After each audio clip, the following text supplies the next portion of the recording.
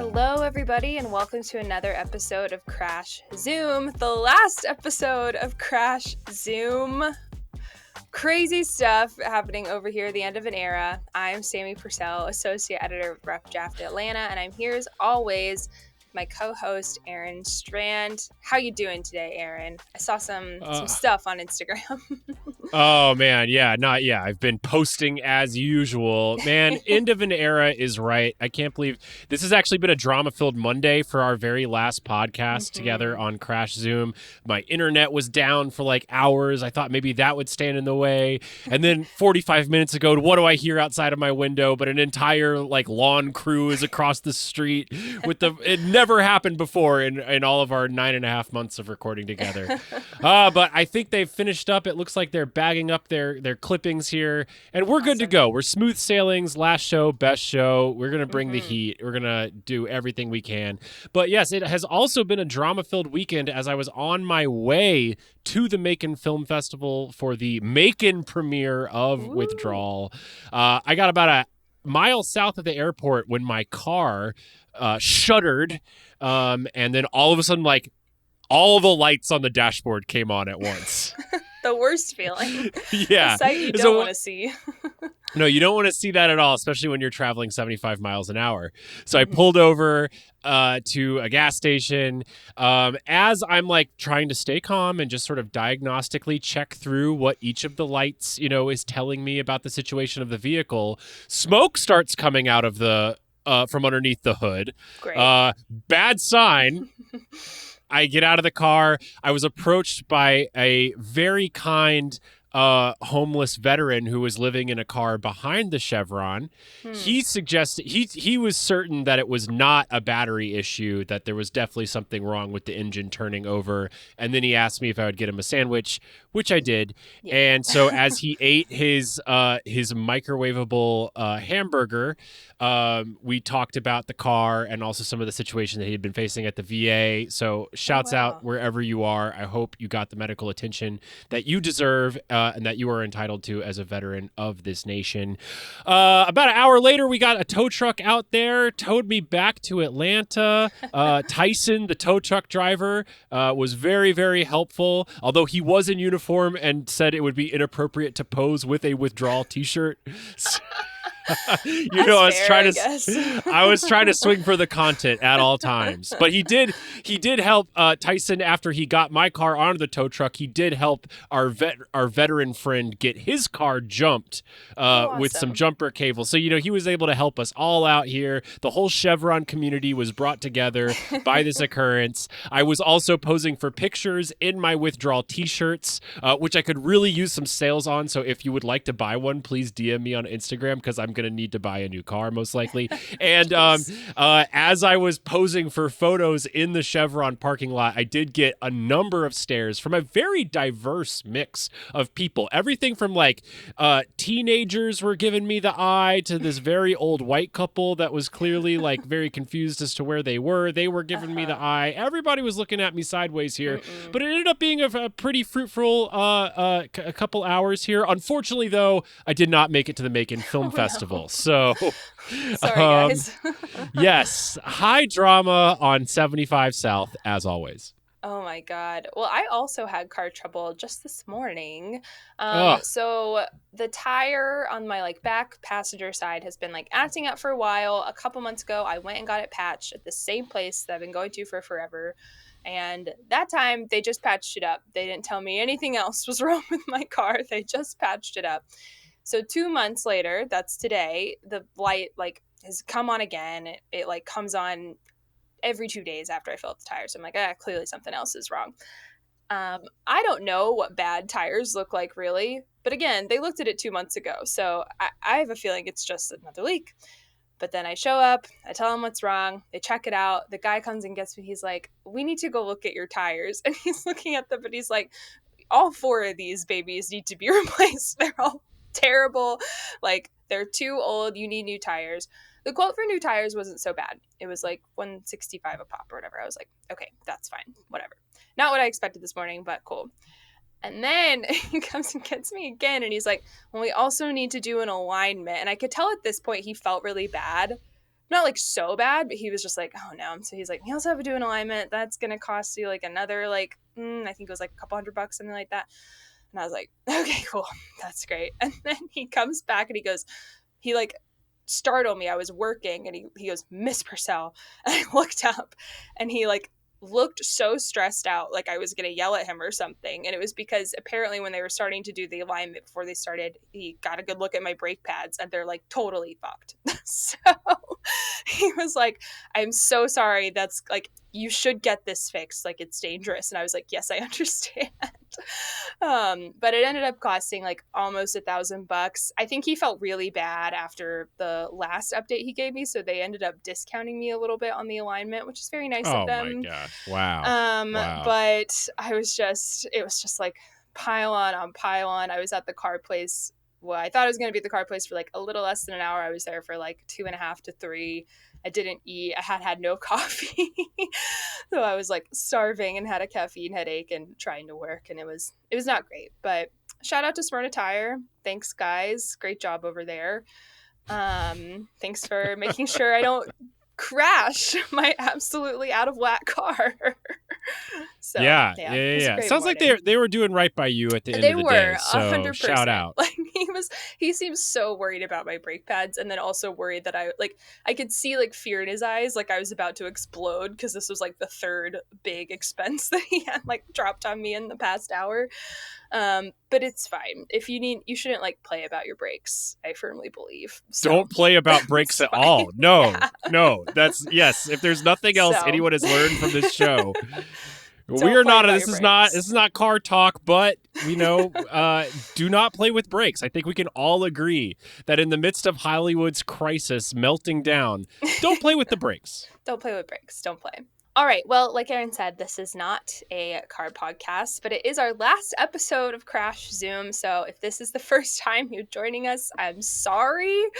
Where were you 6 months ago? I don't know. Yeah. But if you're new here, thank you for joining us. And what Aaron and I are going to do here for the last time is talk about the film industry, talk about big news items in the film industry, and discuss how those matter to the smaller creators, so to independent artists.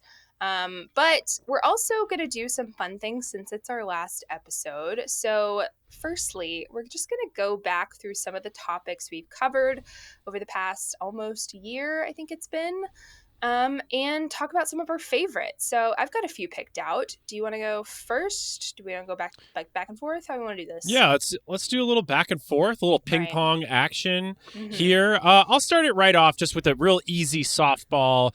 But the entire story of Anora that we got to cover through the Oscar, we were covering it in the build up to the Oscars. The amazing Oscar night, sweeping the Oscars, and then some of the kind of like backlash fallout, and like those stories about, them getting flipped, the set being flipped by the unions, and some misinformation that was being spread on Reddit, and sort of the pushback. And we kind of dove into all that. But, I really think that the story of this film is one that really taps into some of the essential qualities that have always made Hollywood and this medium so compelling, which is that 20 years ago, Sean Baker was just like a dude with a handheld camera, like making movies for nothing.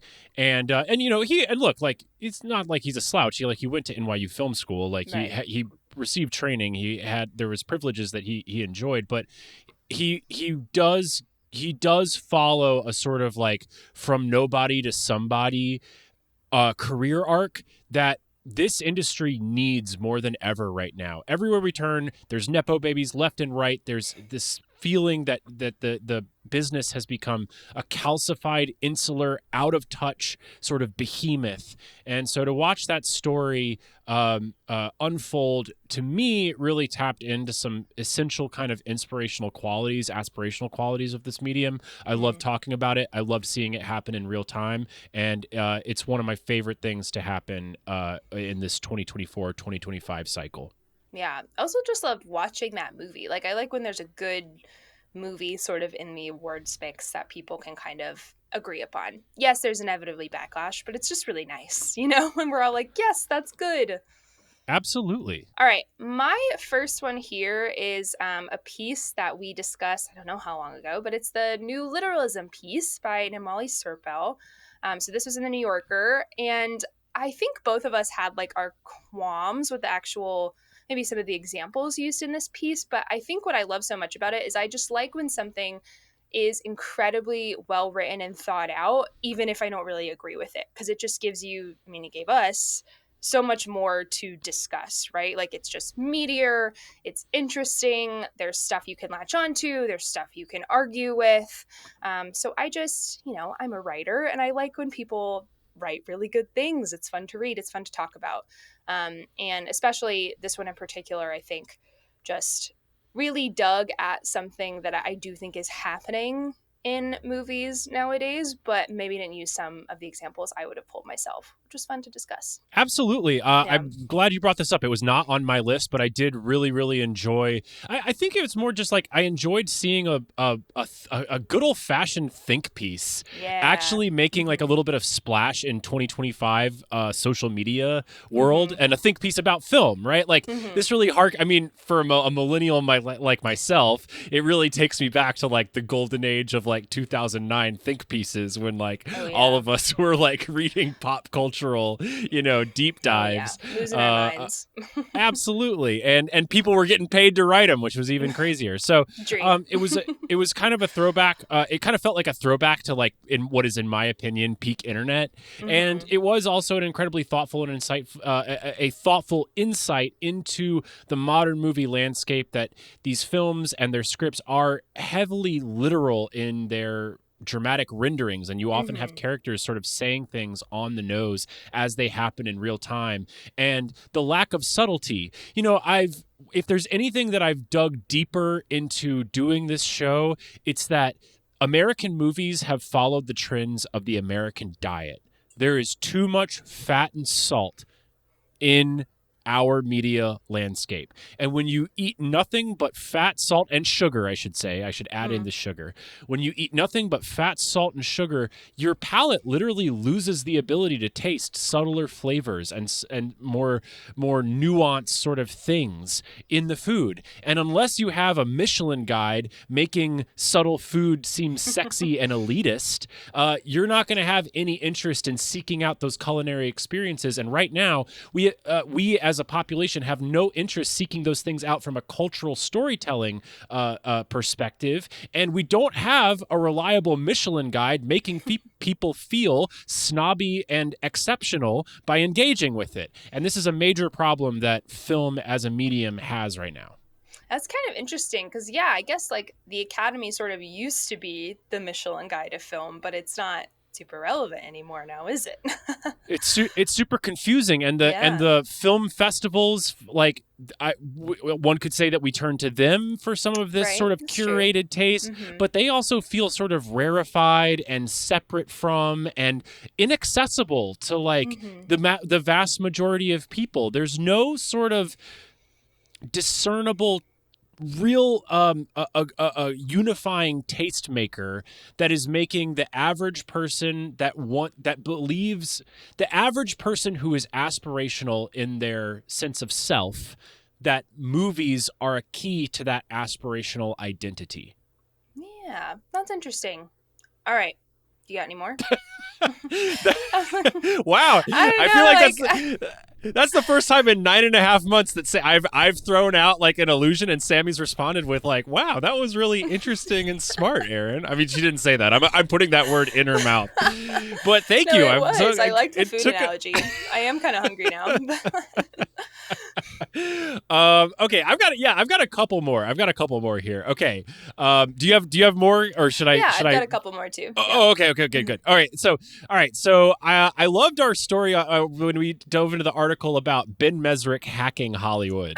This is, of course, the like author of The Accidental Billionaires, who now he's not writing full books. He's writing these like 10-page treatments that he's pitching to Hollywood studios, like, so and the funny. movie gets made first before he writes like his trashy novel version that he just kind of like craps out, which it's just so funny. I think ultimately like the stories that I've really gravitated towards and that like gave me a lot of joy and that stick with me are the human interest profiles about these Yeah. crazy characters within Mm-hmm. the film and television industry, and the people and some of the people who have found a way to survive and succeed within this modern media environment, and some of the quirks that like come along with them.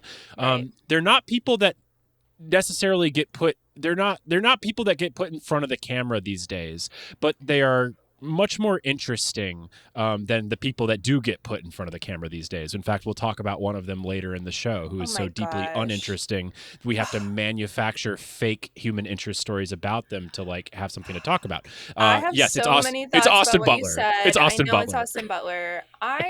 This is like, you put me in this position where I'm like, I don't even really care about Austin Butler that much, but I don't think he's uninteresting. Well, we'll get there. We'll get there. We'll get there. But anyway, All right. Ben Mesrick, very interesting. Can't say that I like love the work that he's doing, but certainly a fun character to read about. Certainly a fascinating person.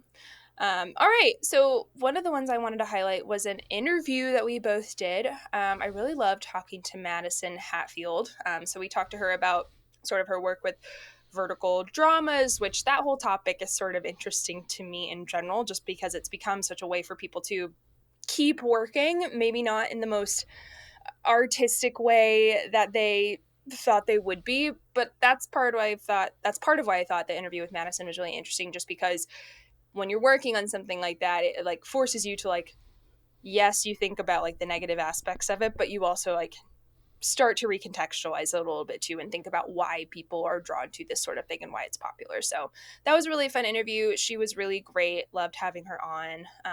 One of the few interviews we did was really fun. Yeah, absolutely. And vertical shorts, I mean, this is like one of the major stories of 2025, the spread and proliferation of vertical shorts and the amount of revenue they've been able to generate within the American market. Obviously, this is a form of entertainment that was innovated in China, came over to the United States with a number of companies, most notably Real Short, and they are just cleaning up, making huge profits in a space that Hollywood thought was all but dead after the Quibi failure. So it's been fascinating to watch this happen. Now we're starting to hear rumblings about unionization around this type of content, and you know, how does the talent get a bigger piece of the pie, and it's really setting itself up for a lot of drama going forward. But nothing could be more dramatic than some of the crazy storylines they're throwing out on those vertical shorts. So in a weird way, I kind of hope that life imitates art here, and this story becomes even more mainstream, because I do find it fascinating. After we talked about it, my TikTok algorithm, my phone definitely heard us, and I just kept getting like ads for billionaire, rags to riches dramas, and I was like, no, can't get sucked in. Gotta go. No time. Well, great poll. I'm going to shout out, some of our, speaking of TikTok, I'm going to shout out some of our earliest TikTok drama, which was our story where we kind of took to task some casting directors here in Atlanta, Raven Drummer and Tiffany Roche, after they laughed on a podcast about only watching the first few seconds of an actor self-tape. We put out a video. I mean, it's an interesting story in and of itself, and sort of delves into questions about, in a world where everyone's sort of building a personal brand and sort of creating ultimate accessibility, what is your responsibility in terms of what you should say? And like, in a world where the only thing that gets attention is saying sort of outrageous stuff, like how careful should you be, and what's the responsibility of people in positions of power to speak their mind freely on a podcasting format? And we made a little video, or we pulled a little video from our podcast where we talked about it, which then went viral on TikTok and led to like a pretty kind of intense debate within the comments. Like it kind of took all sorts of different angles.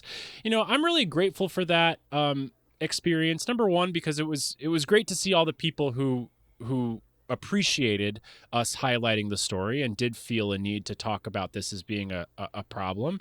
But, it also, like, I'm grateful personally because I kind of feel like I got some calluses built up from that experience on TikTok.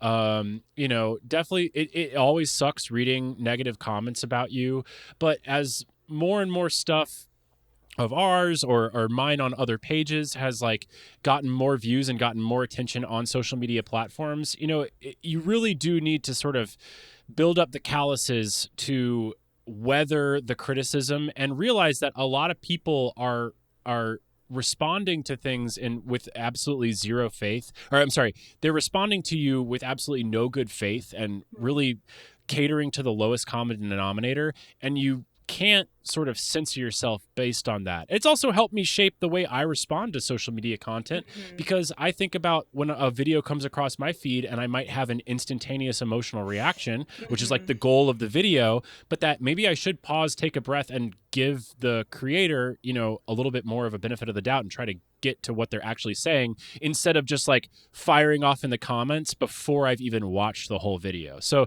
that was a whole experience that was very interesting in the history of this show. Yeah, I'm glad. I still feel like I have very thin skin when it comes to that stuff. So maybe that'll change with time. Who knows? But I'm glad that I'm glad that it happened. It was definitely, I think, a learning experience for both of us, which was interesting early on, very early on, actually. What do you think? What did you learn? I think I learned to like be kind of like along similar lines of what you said, just to like really think about what I say, think before I respond to something, and choose my words carefully, which I've always known, but it's nice to be reminded, I think, in the social media, sphere where everything is so reactionary and everything's so quick and you have to be the first one and you have to be the most outlandish, et cetera, et cetera. So, yeah, fair. All right. I have a couple more here, but I'll just highlight one more. I have a couple more I could drop in if we need, but I loved our listicle episodes. I thought they were so much fun. So we did like top 5 biopics, which was fun because Aaron hates biopics. I think it was music biopics specifically. I loved the top 5 movies since COVID. I liked the director, kind of American director rundown that we did. That was really fun. I just like talking about movies with you because I feel like we have such interesting cross points and then like very opposing poles on some as well, which is very fun. Yeah, it's so lovely to talk movies with somebody where you do have these common things of like we can agree, like Nora, just as an easy low hanging fruit example. It's like we both agree like this is a great movie, and that happens like fairly frequently, but with an even higher degree of frequency, we will just throw out a title where it's just like, what are you talking about? What in the world? And when you find somebody like that within this film community, like you really got to hold on to them and appreciate that sort of rapport, because man, there are fewer and fewer people that have seen like the amount of movies to like really engage in those kind of conversations. And again, if you can find somebody that you can engage in those conversations again in good faith, where there's a degree of respect for one another and you can disagree productively without it turning personal. These are the type of conversations that need to be fostered and enjoyed because they can be wonderfully entertaining. For sure. And it's been really cool to find that here with you. Absolutely. That's so nice. Do you have any more you want to shout out? Okay, I have one last one. I mean, it had to be mentioned. The David Zaslav profile by Michael Wolff. Yeah. I had to. I went on such a roller coaster with this piece. I mean, I really loved the writing, and it really, for a brief moment in time, it won me over to David Zaslav. I have since immediately retreated back to my anti-Zaslav position. But the power of an article to humanize a person and to see him as this try-hard buffoon that like we all knew he was, but like a try-hard buffoon in a more human way. In a way that we're all try-hard buffoons sometimes. Exactly. I think it's mostly just like I saw myself in him, which I never thought was possible. But as I get older, as I come to terms with my uncoolness, which is a really hard thing for me. I'm just gonna like put this out there. I worked so hard in my youth to be cool. I Hmm. think I was cool for a brief period of time, but it was not like true to my heart, you know? Like I was Mm. never really that cool. And now, as I get older and my uncoolness is just subsuming my body, I couldn't help but see this little flicker of the uncoolness light in David Zaslav. And I felt for him and my heart broke for Yeah. him. And wow, what an experience! That is the power of great writing and the power of a great of a Yes. great personal portrait. Thank you, Michael Wolf. I'm surprised that wasn't in your like change your tune on because you had such a roller coaster, which is our next little section here. But You know, I don't know what to say. I don't know. I mean, I guess, yes, I changed my tune, but then I've sort of gone changed back it to the back. original tune. Right. Yeah, I've been on the fence with this one. Not a strong takesman. Mm-hmm. That's a me issue. So Yeah. yes. Well, this was our next section was going to be kind of, is there anything that you've changed your tune on? And I mean, I'll be honest, I didn't go through every single episode and like really listen. But what I was able to go through, I couldn't find anything really that I felt like I changed my mind on too much. So I wanted to use this moment to once again apologize for the fact that I called Frank Capra one of the best um, American directors. He wasn't born in America. He was an immigrant. And neither one of us caught that on that episode. I'd like to point out we only caught Billy Walter. But Frank Capra, famously Italian immigrant. So there we go. My So you've apologies. changed your tune on a Frank Capra's nationality status. Well, I've changed. I have learned so much more. He was born in Sicily. The man was born in Sicily, Wow. not Yeah. America, which was our Sammy, only qualification for that list. So backing down from nothing. Backing down from nothing. Sammie I guess Purcell. not. Well, yeah, I mean, frankly, I'm sort of in the same boat here, but Mm-hmm. I've got two. I want to call out two sort of consistent themes that we've discussed throughout the run of the show that I have waffled on, that I have gone back and forth on, and that I'm definitely in a different place today than when we started recording episodes in November. And it's the two biggest things that we talk about on this show: theatrical distribution and AI. So let me start with the theatrical.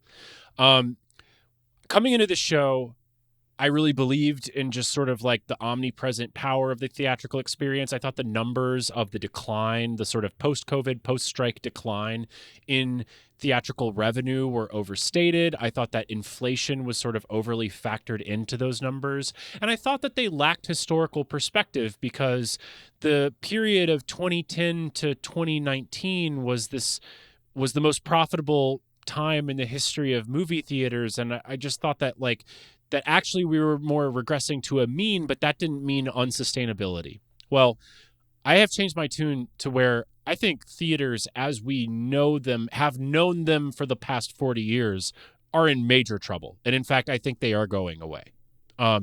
I think that theaters have invested in the wrong things. I think that they have done a horrible allocation of resources. I went to see the Shin Godzilla re-release a couple weeks ago, and we're in a theater. There's only like 15 seats because it's all reclining seats that take up, like the space of an Right. entire king-size bed. They're assigned seats, so you can't really like freely move around with them. The seat I got, the recliner was broken. The theater's 10 years old. They clearly don't have the revenue to like replace their broken equipment. It just was like, it was such a situation of like, what are we doing here? They didn't even turn the lights down all the way in the theater, probably for some sort of like, I don't know, like That's the accessibility sort of worst. Yeah. stuff. They didn't turn the lights all the way down. The sound was too low. And of course, nobody in the theater was monitoring it because they have like two employees and both their jobs are to serve popcorn and one's to hold a gun to scare kids. So it's just like everything about this experience is messed up. I think COVID really exposed all these mistakes that they've made. And of course, the fear-based creative choices that the Hollywood studios are making are not really making the situation any better. Now, all this to say, if I had to predict, well, actually, hold on. I've got predictions for the end. I'm going to save my predictions Okay. for the end. I don't think that theaters are going away entirely, but I think that the theatrical experience of the multiplex is. So that's my number Sad. one, sort of changed my tune. My number two, of course, is on AI. And while I've come in, I came in trying to be sort of an AI optimist and realist. The more we got into sort of the copyright issues, I really saw sort of the problems that are inherent with that. Although, I do think that there's arguments on both sides. Now, the way we kind of come out of all this is that I think the people who claim that AI is going to revolutionize everything and sort of shoot us into this brave new world future, I think they're wrong. But I also think that equally the people that are AI doomsdayers are also wrong. I think that one of the thing that AI is probably coming for first within the cinematic studio workflow is VFX. And while my heart breaks for these VFX artists, the VFX industry needs a change. We covered the fall of Technicolor on this show. We know about the exploitative labor practices that are happening all across places like India, where VFX artists are being worked into, just ground into dust. And the VFX industry has been on a race to the bottom for the past 15 years. And you see these reels all the time on TikTok or on Instagram that, show that in many ways VFX art was a lot better and more consistent in 2010 than it is in 2025. And I think that the AI will do a lot of help to these aspects of movie making. We're beginning to see the results of AI on a sort of broader corporate level, and the results are not the revolutionary future that we were promised. Now, I don't think that storyline is going to maintain for forever, but I don't think that it is this sort of like the movie industry is going to end at the hands of AI. I think that this thing will incorporate into workflows, but that will not remove the need for human artists. And I would encourage everyone to continue to look for nuance and for reality-based narratives around this technology going forward, and not falling prey to either overly optimistic, dehumanizing crap, nor the sort of doomsday Luddite opinions that keep you from moving forward. Yeah, I think that's a nuanced way to look at it. I know I came in as pretty AI shy. Maybe I'll call it that if I'm being generous. And I still consider A shy. I would still consider myself definitely within that group of people. Not a doomsdayer, but just like I'm not really interested in it. But I do think you're correct, or at least I hope you're correct in the fact that I don't think.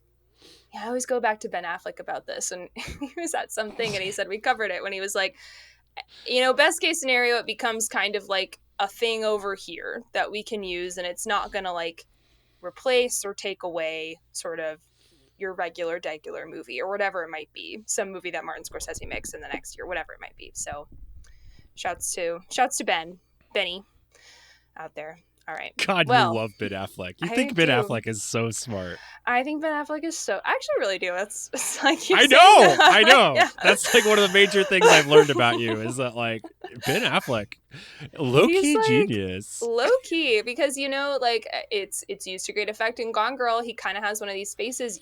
You kind of want to punch it a little bit, but like he's a pretty smart guy when you listen to him talk. So yeah, shout outs to Ben.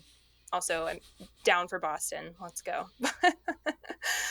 All right, let's get into some news. Don't look at me like that. I lived in Boston. I can say that. But let's get to some news. So this one is right from here at home. It's a Wall Street Journal article by Ben Fritz. It's titled, Disney's Marvel Abandons Georgia, Taking Livelihoods with It.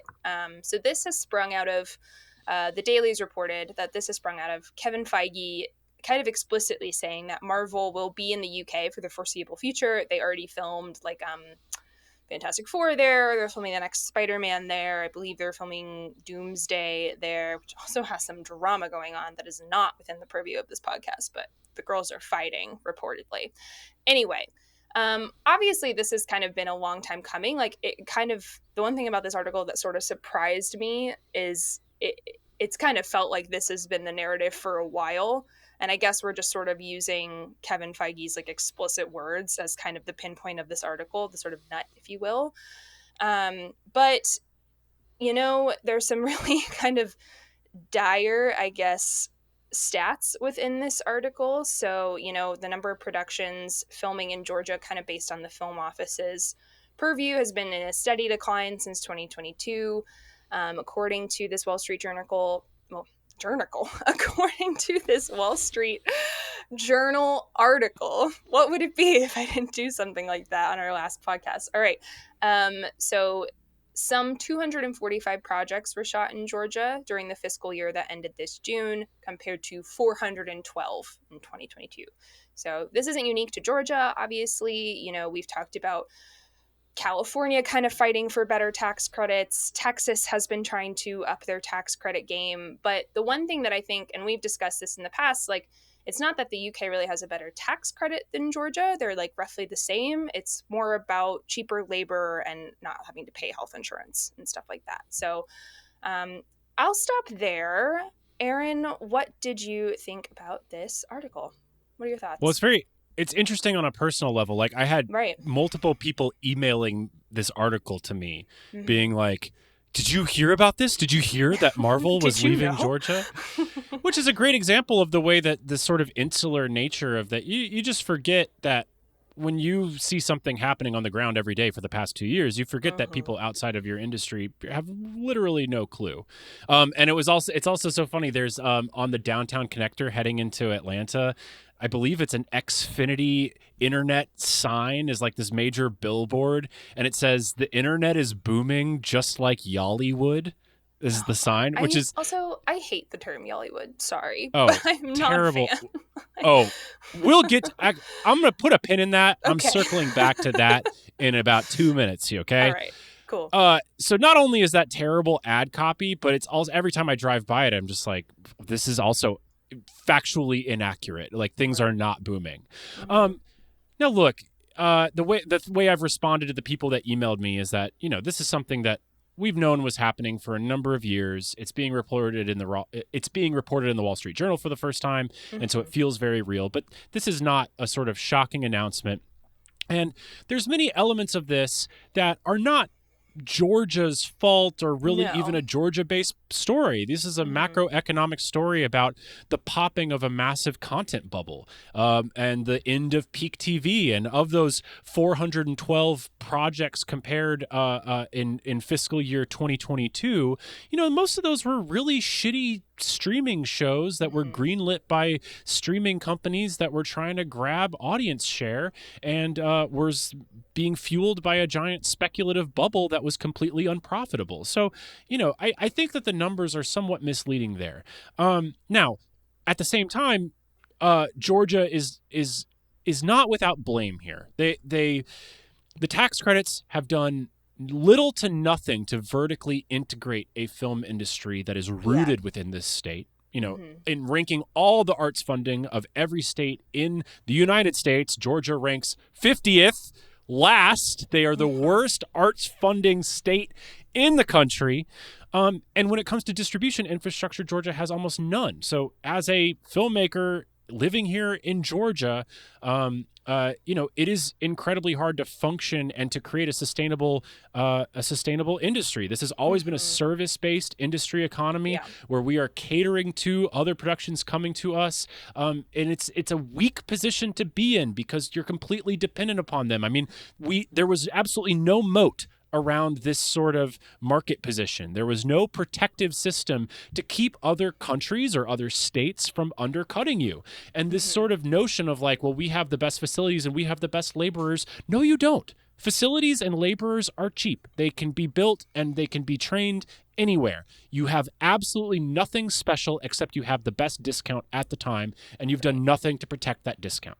Now, the biggest thing to all when it comes to why hasn't Georgia been able to moat and solidify its position within the entertainment industry at large, it comes back to phrases like Yollywood. And that's Georgia as a film brand isn't cool.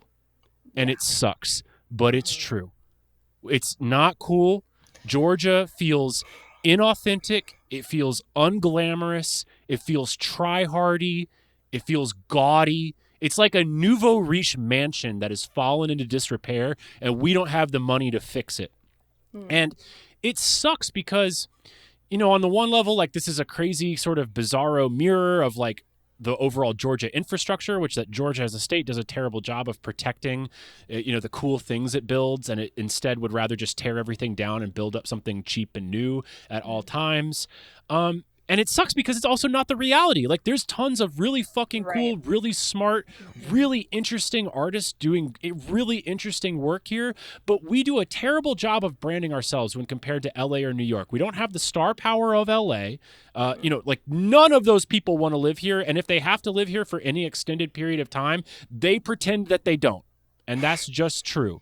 We also don't have the coolest, we don't have the coolness factor of New York, even though there's really cool filmmakers doing really cool work here. Like, who is the Georgia Softy brother? Like, Donald Glover doesn't even want to live here. This is like, it's so frustrating. And I'm taking this a little personally because I feel right now like me as a filmmaker with a really cool fucking dope film out on the circuit right now that is well crafted and is interesting and well told, I face a Georgia stigma with this film. I face a Southern stigma with this film. And it does such a disservice to the artists that are working here that we can't be cooler.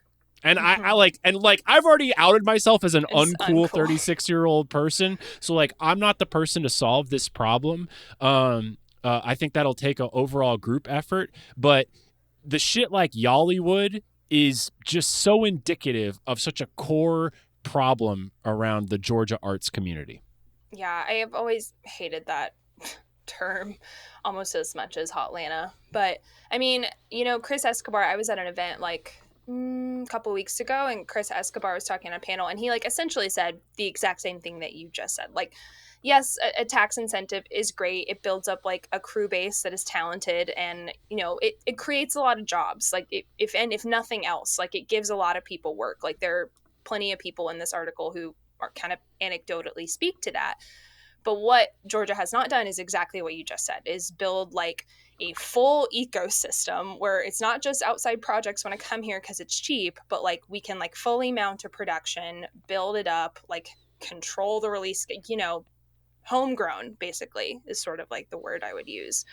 And like, it doesn't really seem like anyone is super interested in that at a higher level who has the power to do so, which really sucks for people who are working in that ecosystem and, like you said, are smart and do great work like yourself. So I don't know what you can really do to fix that if the people who have the power to do it are not really interested, It's also like, how many people actually have real power? I mean, Chris Escobar has put his money where his mouth is. He's helped me, and he's helped countless other artists. So shouts out to Chris Escobar, owner of the Plaza and the Terra here in Atlanta. But like, I don't even know who else is like really like has the power, and that's one of the that is also like one of the problems. Like, I don't know, man. Like, this place has so much to offer. Hip hop has figured it out, hip hop artists from Georgia are cool. And like, we see other people from Georgia make Georgia seem really cool and really fun.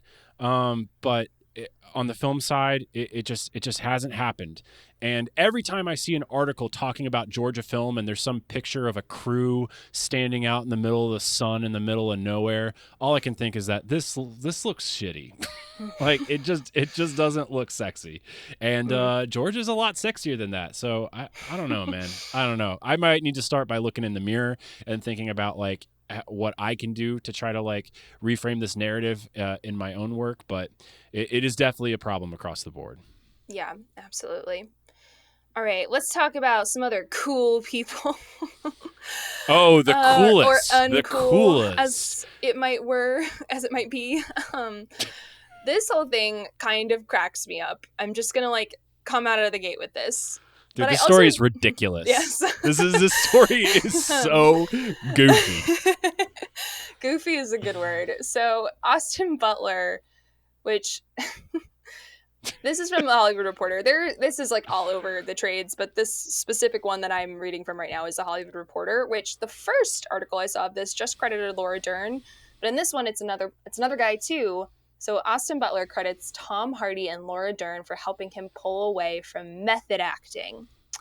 So I'm sure you guys all remember, and actually I'll get to this later. We'll just do the bare bones for now. But so Austin Butler is on the cover of Men's Health to promote Caught Stealing, which I coincidentally am seeing tomorrow. I'm not really an Aronofsky person, so we'll see. But so Butler kind of, when he was getting ready for Elvis and doing Elvis, like, there's a lot of notorious stuff about the way he like handled that whole thing. His voice like dropping a million octaves and it stayed down there, it has not come back, which, you know, whatever. But basically, he kind of talks in this Men's Health cover story about how Tom Hardy and Laura Dern helped him basically realize that he doesn't have to like torture himself for acting. This quote kills me. I just want to shout this out because to me, this still sounds like torture. So he has this one he did the Bike Riders with Tom Hardy, and he has this one quote where he goes, after shooting all night, Hardy would go home, put on a weighted vest, and do 1,000 box jumps. I'm just trying to find little things like that. Sometimes it's the mundane things. That's the most insane thing I've ever heard in my life. Like, yeah.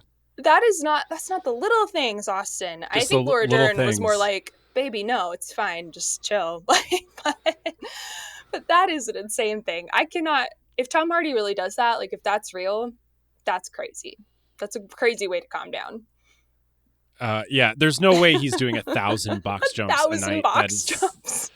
So stupid. It reminds me of like Mark Wahlberg's like, have you seen like Mark Wahlberg's like daily schedule where he wakes up at 3 a.m., prays, works out, eats breakfast, like, and then he goes to sleep at like 7.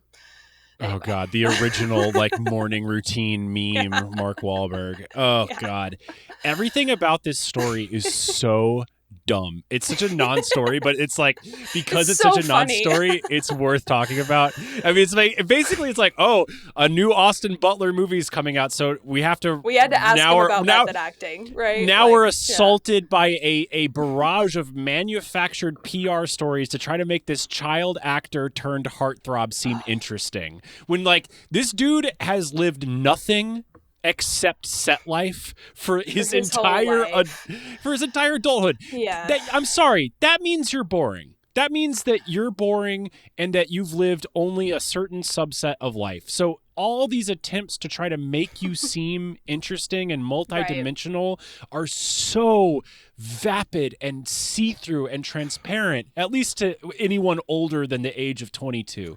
I mean, who could forget, of course, this is like his PR team sort of trying to contrast that all the Elvis PR. Of course, there was the voice that he couldn't let go of, but there was also the famous story that as the day after Elvis wrapped filming, he said, quote, "My body just shut down and I had to be taken to the ER," which was then spun into like, he went so deep in the role of Elvis Presley that his body shut down. Yeah, spoiler alert, he had a virus. I'm like, Butler didn't go to acting school. He doesn't have a degree in drama, but we got to get this guy an honorary doctorate because this is just like some of the most dramatic actor shit I've ever fucking heard. Yeah, it's interesting. You know, it's all like PR, like anything that shows up in this thing, and like his whole kind of thing about him, since he kind of crashed on at least the adult scene with Elvis, is this whole method acting thing, like him taking on the voice, him whatever, etc., etc., etc. And it makes me feel bad because I assume I have like more of a connection to pre-Elvis Austin Butler than you do, like just because of my age. I'm so much younger than you, Aaron. Not really, but you know, like I watched this stuff. I watched Zoe 101. Like I watched. Oh, you're not wrong. The stuff you're not that wrong. He was in, right? And so I have no connection. And yes. We sort of talked about this. I can't remember what we were talking about, but we kind of talked about like the Disney to like actor pipeline and how it's like incredibly weird and like low-key abusive and just like a strange place for like a kid to be. And part of that is for the reasons that you're like talking about, is like these people haven't, like, maybe he is starting to live life now. I don't want to say anything about Austin Butler. Actually, in every interview I watch with him, he seems kind of like a soft-spoken sweetheart, which I know is also PR, I get it, but like he seems like a nice guy. I'm sure But he's like, fine.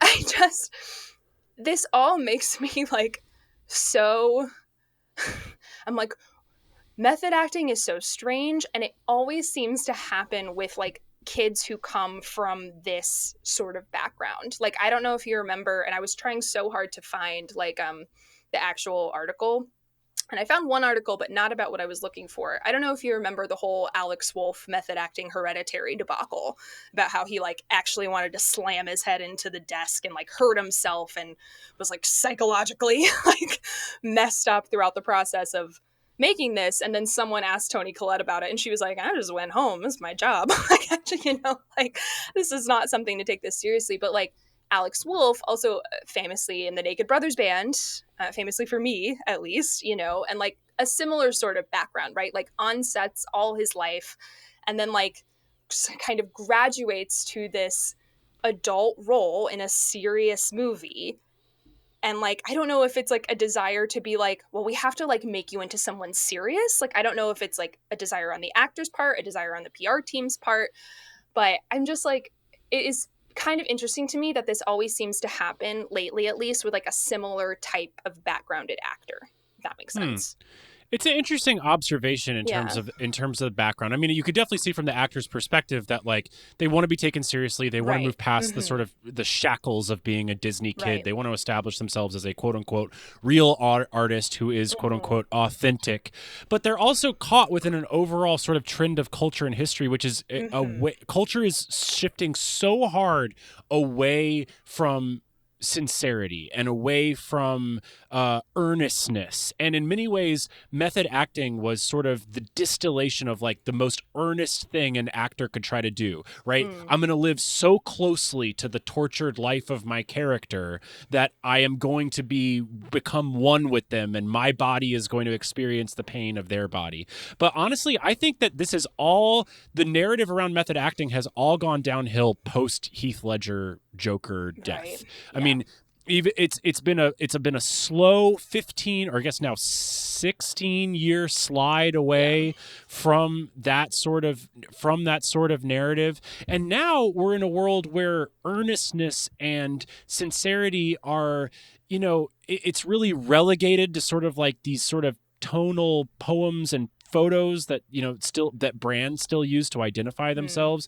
on Instagram, but we don't expect it out of certainly our film media. I mean, not to bring up Marvel and like sort of trash them or whatever, but the overall tone of those movies, right, is that you can never have a sincere moment without making a self-aware joke, because sincerity is cringy. And so all these actors' impulses, especially actors who, like Austin Butler's like almost my age, right? So he grew up. It's like 34. Yeah. So he grew up in the shadow of method acting is still sort of like a cool thing in the late 90s and early 2000s. And it's very confusing for an artist to try to navigate these changing cultural shifts. So all of this article to say that Austin Butler is now like learning how to do difficult roles without, you know, by doing box jumps and ice showers is all like, just completely changing his vocal cords. Yeah, it's just all so ridiculous, but it is indicative of a broader cultural trend. And I guess really the question now is sort of like, well, where's the bottom, and when does earnestness and sincerity start to come back again? When are we going to get a movie that takes itself as seriously as Michael Mann's Miami Vice? I don't know, but I certainly could use it.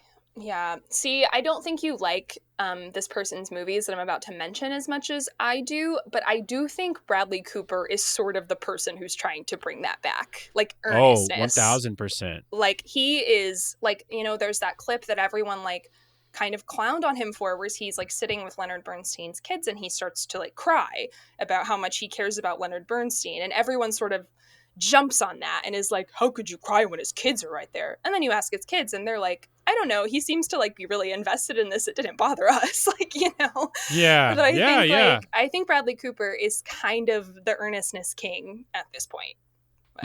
Yeah. He's definitely sort of trying to build that brand. I mean, it definitely kind of backfired on Maestro, but I think that was more just because people didn't like the movie. It was working really well for him with The Star Is Born. It did. It really did. I'm on Maestro Island, but that's okay. I can live there. I know. Oh, I still haven't seen it, so I can't comment on Maestro. Yeah. I mean, you know, in the art world and in the sort of rarefied, like within the sort of like elite festival sphere, earnestness is still very much the flavor of the day.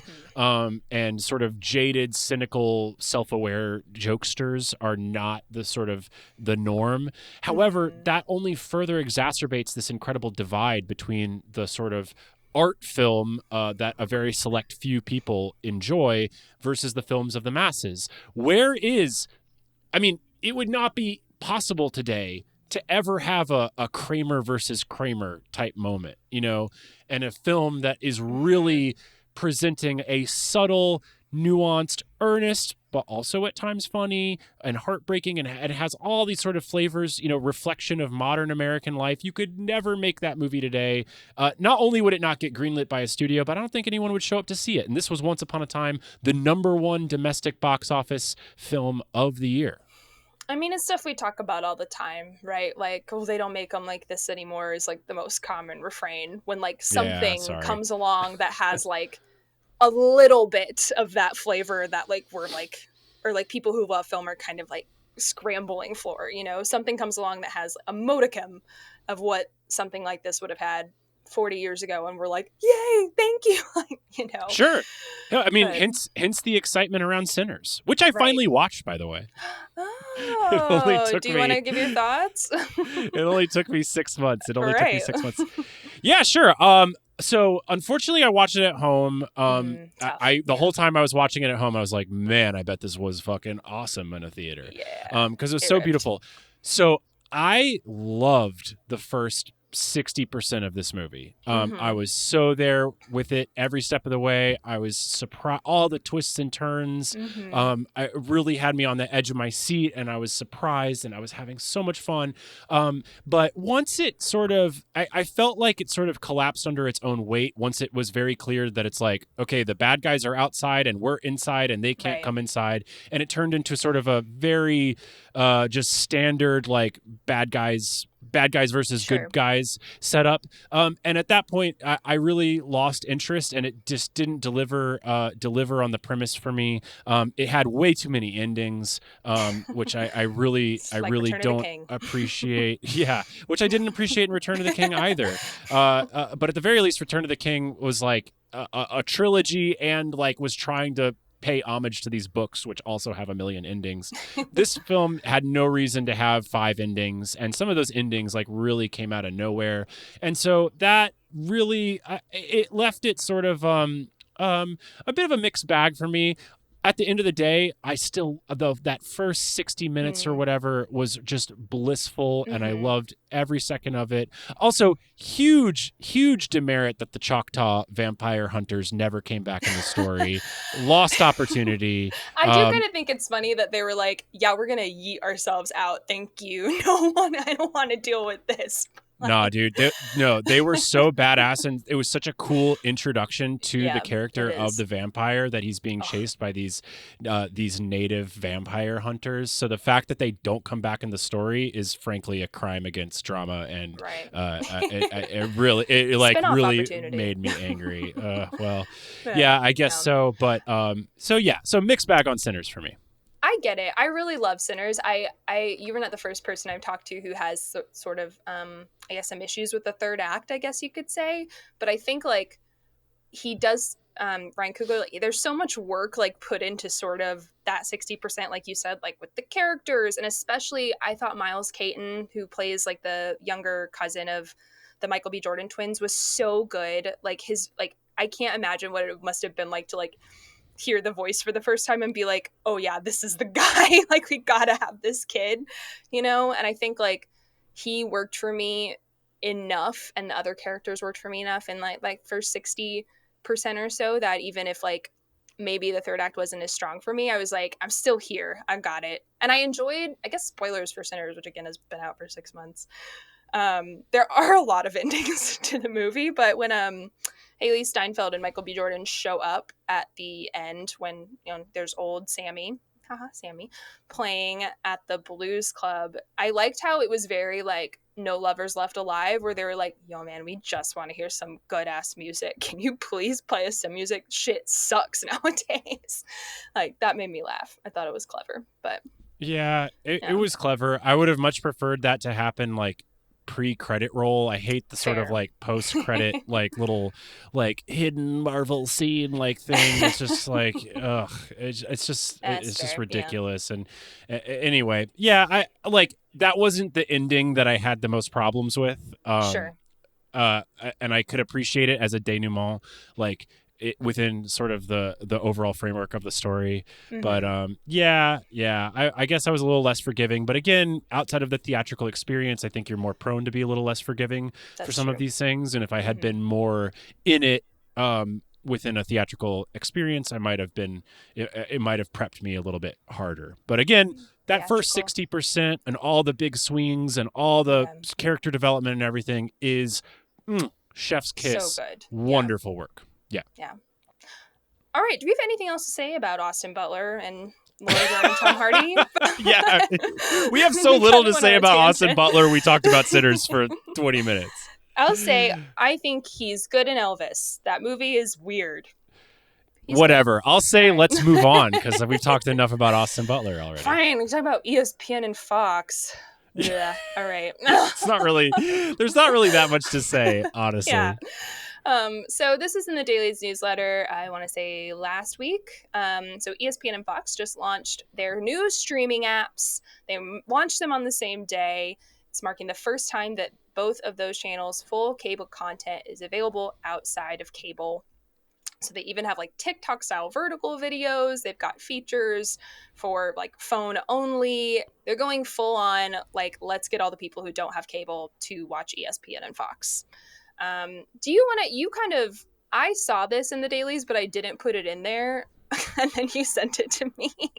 So I did put it in the docket. So what do you think? What do you think about all this? Is it just like final nail, one more nail in the cable coffin, basically? Well, no, not exactly. I think that's the only thing that's interesting about this story. Now, look, I threw it to you because it is arguably, this is the biggest media story of the week. It's way less fun than clowning on Austin Butler. I'm talking about him again, but it's way less fun than that. So mesmerizing. But this is the biggest story. ESPN and Fox have been talking about launching their own sports first streaming apps for forever. They tried to do it together with Venue. That fell apart. Now they're doing their own things with the ESPN app and the Fox One app. They both launched the apps on the same day last week in preparation for football season. And you're absolutely right. They're trying to capitalize on the never cord or the cord cutter marketplace. I hate those terms. I was like, what? I know. But but that analysts estimate is probably around 65-70 million Americans. So it's a huge market. Now, it's very interesting because both media companies have this dual goal, which is that they need to grow the service and they need to make the service profitable for their stock, they need to make the service profitable for their shareholders. And yet they both have express marching orders that they can't do so at the expense of the still profitable sports linear business. Mm-hmm. So it's like both people heading these two efforts, like it's growth, but like growth not at the expense of our other business, which I don't know if is something that could ever work. And I don't know how you advertise both at the same time. Just reading the breakdown in terms of ESPN sort of offerings of like ESPN Streaming Plus and ESPN like Excelsior streaming and ESPN like they have all these different versions of what's ad free and what bundles with Disney and Hulu and Hulu's going away, but we're still offering a bundle with it, and like it is so confusing. It exacerbates all the traditional problems that as a sports lover is the biggest problem of my sports watching life, which is where the fuck is the game and why can't I find it easily? Yes, so absolutely. I'm not loving the rollout here. It is a major, major shift in the media market. Sports is the only thing that's profitable in live television, in linear television, in streaming television. If these apps cannibalize the Disney's and Fox's marketplace within the linear business, that thing is going away faster than it already has. So it is a fascinating story, but I don't really know how much more there is to say about it beyond that this is happening. No, I did find a funny little like breakdown. Adweek had some of their writers do like a test run basically and like talk about their experience using it. And someone using the ESPN app was basically like, it's unclear where exactly all the functionality resides. Is it through mobile only? Do I need to screencast? What did I do so wrong in my life that I wound up here? These are all questions you might ponder while using the ESPN app for the first time. I thought that was pretty funny.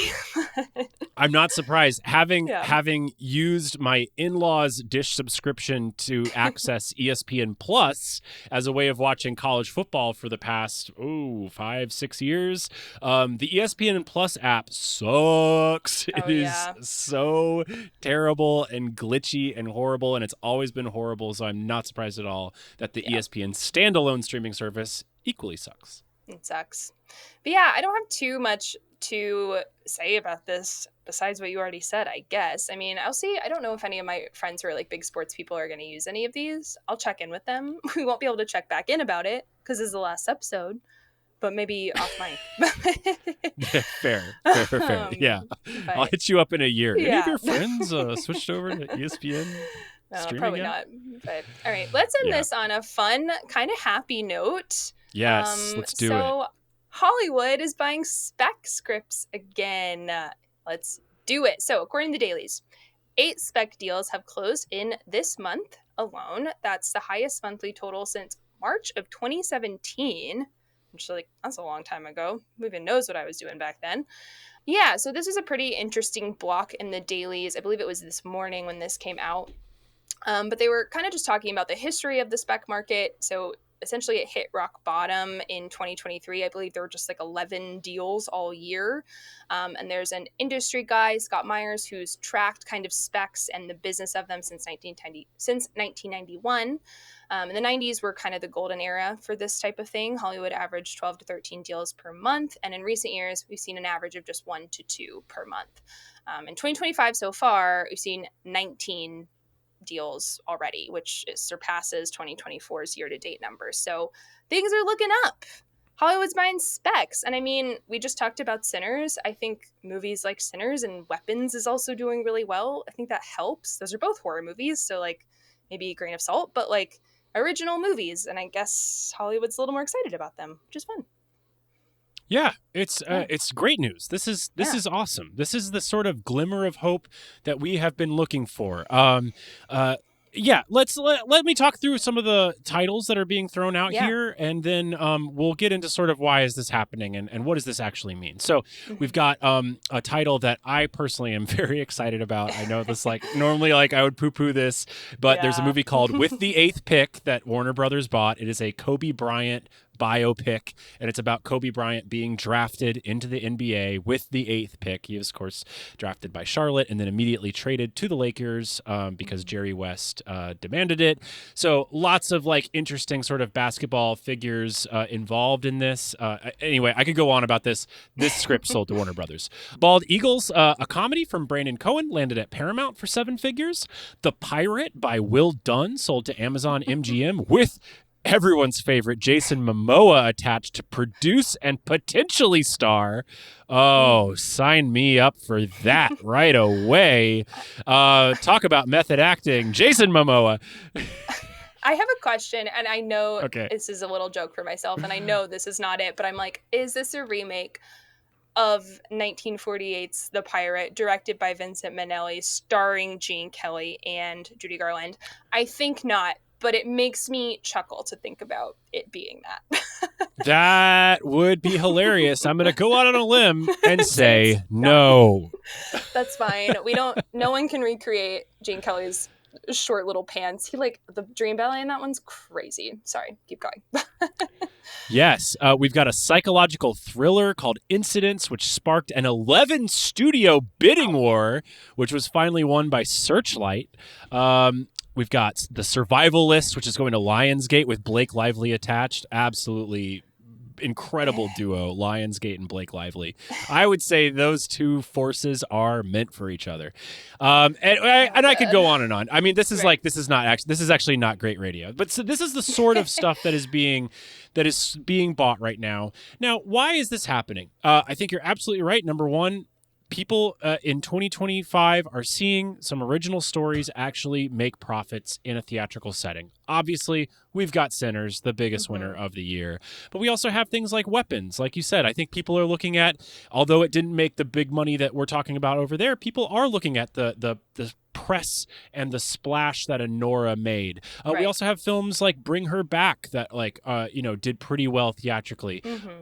Like you said, these are all horror stories. None of these spec scripts are necessarily horror stories, so there maybe is some disconnection there. But the appetite is there to people. Look, the marketplace is clearly telling studios that we are post superhero. Superhero movies are not making $1 billion here. The average return on a Marvel film has dropped by almost 50% since peak Marvel. And the IP, everything has just been IP for so many years, and people are sick of it. Audiences aren't turning up in the same way that they were reliably film after film. Of course, Lilo and Stitch 2 is the only American film that crossed $1 billion in global box office this year. So it's not like IP is going away, but the marketplace is, the appetite is a little bit more wet for something like this. I think the question really is that, how many of these films are actually going to make it to screen? We talk about the golden age of spec scripts in the 90s, but of all those spec script sales in the 90s, yeah, that was quite a tongue twister. Thank you. Very few of them actually made it to screen. In fact, it's kind of shocking to even think back and look at the average number of films produced per year throughout the course of history. There are still more films getting made in 2025 than there ever were at any other point in time, except for maybe if we're going back to like the 1919s when, people were churning out, these like 15-minute one-reel shorts like crazy. But the 90s, Hollywood was making way less films than they are today. So a lot of those spec scripts were not making it to the screen. So what do you think? Do you think any of these scripts are actually going to make it? I think with the 8th pick, well, for sure. That feels kind of like a slam dunk. Like, but I mean, it's pun. Thank you. I didn't even think about that, but there you go. I just feel, it describes it as like The Social Network meets Air, and I'm sort of like, I think those are both movies I enjoyed. Air is kind of silly, but I had a really nice time at the movie theater. Speaking of Ben Affleck, but it just feels sort of like, I mean, people like you where you're like, well, normally I wouldn't be excited about something like this, but it's about Kobe Bryant and the NBA, so I'm excited. Like, just feels like sort of catnip, right? It's gonna do fine, They've already got my ticket. Right. It's interesting. This, we've talked about sort of like, well, it was like 2 weeks ago, we kind of talked about like the kind of dirge of theatrical comedies, and like Seth MacFarlane kind of talking about how it's hard to get like a theatrical comedy greenlit. So I'm excited to see something described as a comedy go for 7 figures. That's exciting. The Paramount Bald Eagles. I don't know what it is, but and I mean, psychological thriller, I guess that's like the closest to horror that this list really gets. I don't really know what the survival list is. It sounds scary. I don't know. But yeah, I think we'll definitely see with the 8th pick. Feelings on Jason Momoa aside, like he is a pretty big star, so I wouldn't be surprised if the pirate, makes it all the way. But yeah, we'll see. Those would be my 2 to sort of be like, yeah, I think for sure. Yeah, that sounds like I would probably tend to agree. I think, but overall, it's very exciting to think that people are getting paid for their work. For the past 8 years, all these original ideas the managers and agents have all been directing them to TV because that's Mm-hmm. where the sales were taking place. And that's where original ideas were being bought during the peak TV bubble. Well, now that that bubble is burst and, it's very, very hard to get a television show greenlit anymore, all those agents and managers are now telling their clients, no, features. We're going features now. And if you can make a feature that is a potentially low budget production with an Mm-hmm. opportunity to make its money back, the marketplace is more prepared for this. And that's really why we're getting this. Original stories have never gone away. There's never been a lack of them within the Hollywood ecosystem. It's just that the flows of the rivers have now reversed and they're moving back in the feature direction away from IP. Yeah. No, I'm excited though. I mean, like you said, I kind of I love biopics, not love, I should say. I like a biopic that is more centered on something specific, right? So like NBA draft Kobe Bryant, I'm like, that's great. Let's keep it kind of like controlled and cornered. So Yes. Let's not I'm watch excited an for that one. entire. I don't want to see the Walk whole Hard, like the Diddy Cox story. Yeah. I don't want to see that. I don't want to see that. I agree. Now, Yeah. one last little thing that I should throw out here. This story came onto my radar through a wonderful content creator on Instagram, Nicholas Curcio, who's a fantastic writer who produces great content about the film and television industry, particularly centered around writing. He did a follow-up video to his initial video talking about this boom in spec script sales, which is really that there is a noted lack of diversity within this spec script sale market. In fact, these are all older white men that have sold their scripts. And that based on the WGA's own analysis of the number of BIPOC or LGBTQ writers within Hollywood, the feature space still has the lowest numbers of diversity out of anywhere. And when it comes to the spec script market, it's really sort of like quote unquote trusted writers that are getting these sales. And the people who are trusted are coming from another era, which was mostly white and mostly male dominated. So it is worth noting that that is definitely still taking place, and that is happening within this current spec script boom. A little ironic that it's like writing the back of Sinners, which is like so much of not that. But yeah, I think it definitely worth noting and is definitely a part of this story. Well, we're done. Oh my God. We've reached the end. We've reached the end. It's so sad. End of an era. I mean, yeah, in all seriousness, I keep saying end of an era, but that's because I have had so much fun doing this show with you. It's been a great however many months it's been, almost a year. And I'm going to miss jumping on mic to chat with you every Monday. It's been really lovely. Yeah, the feeling is mutual. I will miss you as well. I mean, I'll still be seeing you, but I will be missing you on mic. Yes, on Mondays. On our Monday video calls.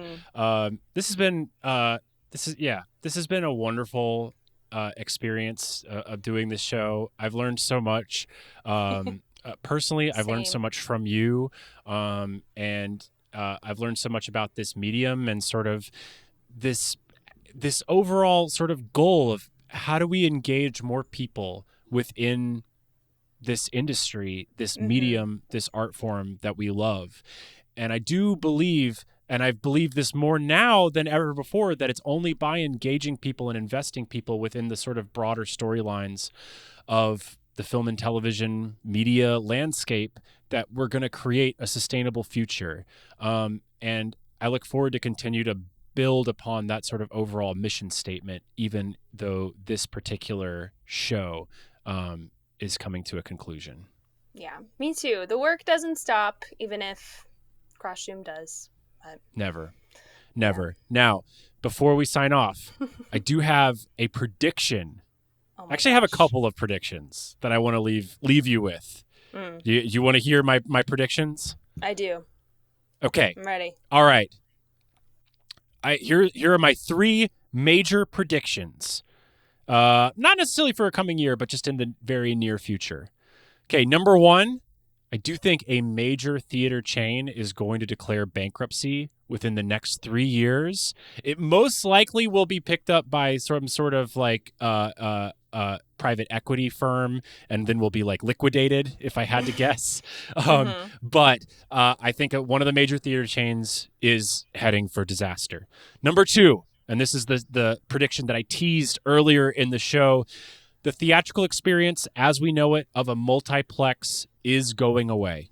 In 20 years, we will not be viewing movies through a multiplex. However, this is not the end of live theater and live theatrical screenings, I should say, different than live theater. This is not the end of live theatrical screenings, but these screenings must continue to reinvent themselves. They must continue to eventize, and they must continue to foster the real interhuman connections that can happen around a movie. And that this is the secret sauce that is missing within the multiplex context. So much of the theatrical experience is about going and connecting with your fellow moviegoers. It's not just a solitary experience of you and a screen. We need to be making events that encourage this, that foster this, and the spaces themselves have to bring in this human element and stop being so impersonal. And this is the number one problem with the multiplex model right now. And last but not least, I've talked all the time about the barbell effect of the internet upon an industry, and we have witnessed it within the film and television world. Right now, we have Hollywood and the studio system and its sort of IP generating machine that is operating on one side of the barbell. That's the like multi-million-dollar side of the barbell. And then we have this other side of the barbell where the indie creators are living and struggling and trying to find some sort of consistency within their work.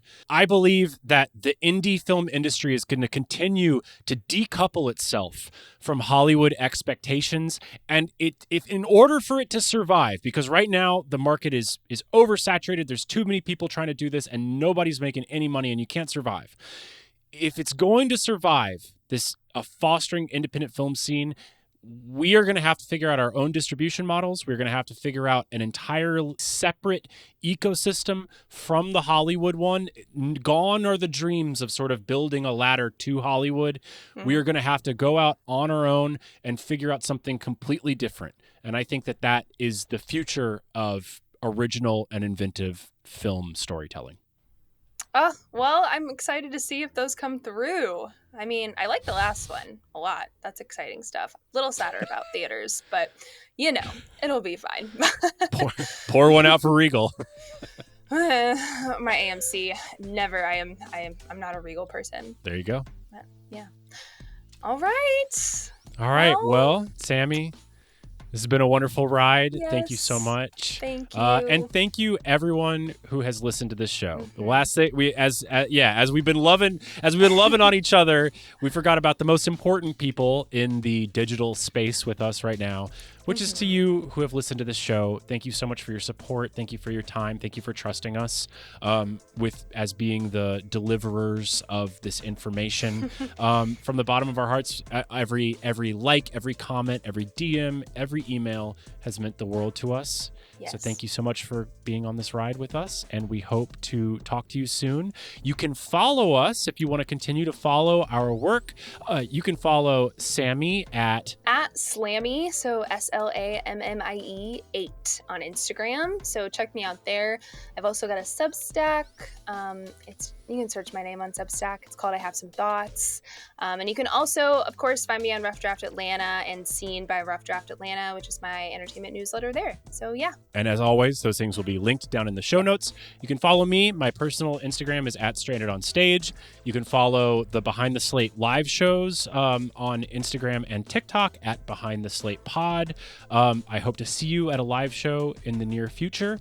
We would love to connect with all of you. Thank you so much again. And until I talk to you about movies off mic, Sammie. Somewhere, someday.